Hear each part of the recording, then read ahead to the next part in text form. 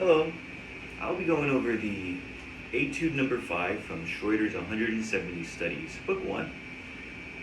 There's a lot of things to think about in this etude. It's very lyrical, and it requires a lot of bow usage and kind of remapping of the bow, and kind of knowing exactly what part of the bow you need to use and what part of the arm. So I'll go ahead and demonstrate it with my cello this time. One second.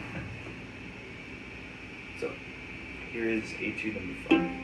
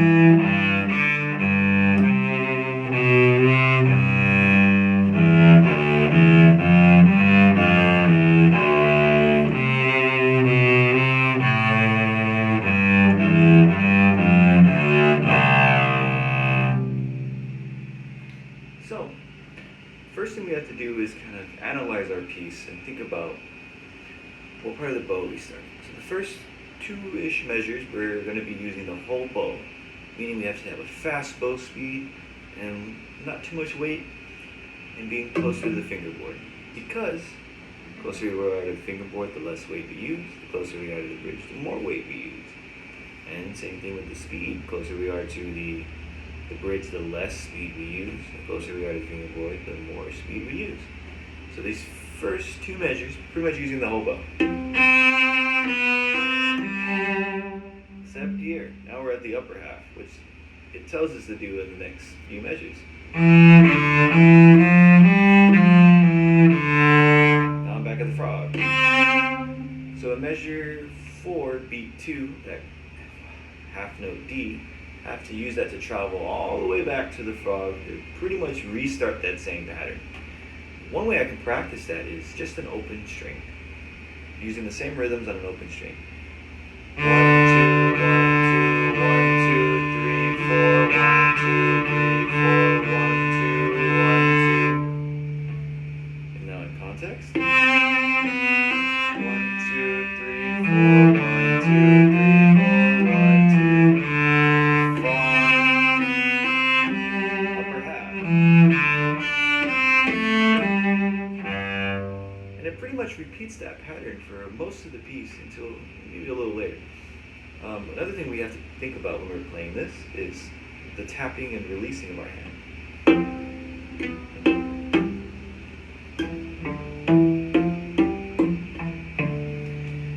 So this will help us with our articulation and kind of relieving and organizing tension and kind of controlling it. The other thing is we have to know when to keep our fingers down. In this first two measures alone, we have to keep our fingers down on the A while we're playing the D string. What I mean is, keep your 2 on the C, then go to the G. Then you can release it to go to the E. Down.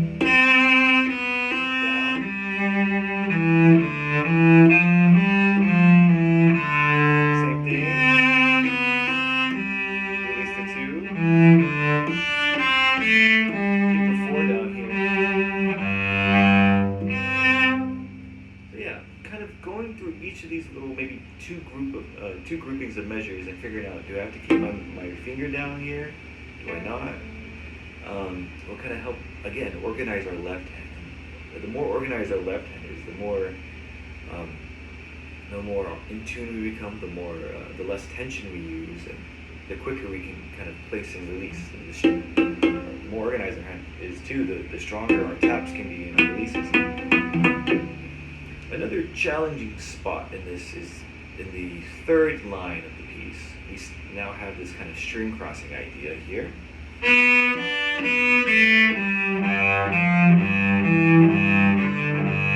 It's a little tricky. before I even talk about the notes, maybe I would practice just the string crossing. Move my body a little bit so you can see what's going on with my elbow on the string crossing. What I'm doing is I'm kind of, in a way, doing a little bit of a circle with, I'm not being loose here, this is still very firm because I'm in the upper half. But I'm almost tracing a circle with my elbow here. Kind of tracing this little Mr. Miyagi, wax on, wax off kind of thing with my elbow so I can kind of control the string crossing.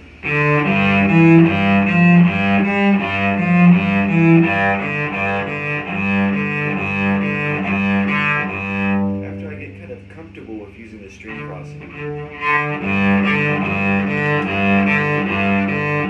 maybe I'll practice a scale. And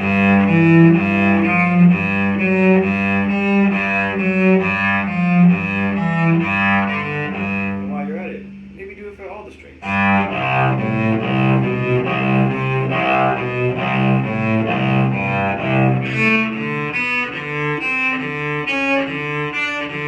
so forth.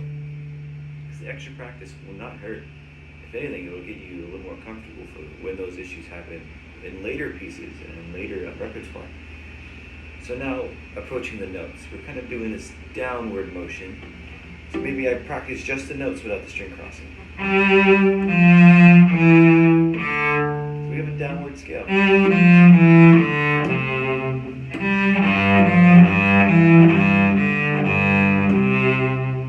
Just a scale. We have to think about, so we're going downwards, we have to pull, pull, pull, pull, tap. That's before how we organize our left hand.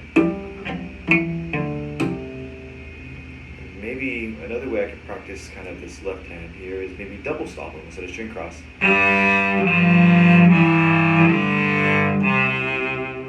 then I add the string cross back in. Oh, sorry.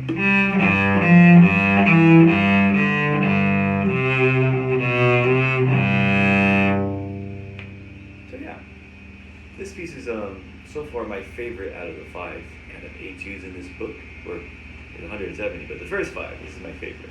It's very lyrical and it has a lot of fun things that, at least for me, makes my brain really think, because I gotta use the whole bow for the first 2 measures and I gotta use my upper half of my bow for the next 2 measures and keep flipping it around. There's so many things to think about. So, in this piece, it's good to do little chunks and really take your time with it and really figure out, how am I organizing my left hand? How am I organizing my bow? How am I going to put it together? So yeah, if you have any questions, feel free to shoot me an email, text, or let me know the next lesson. Thank you, and I'll see you next time.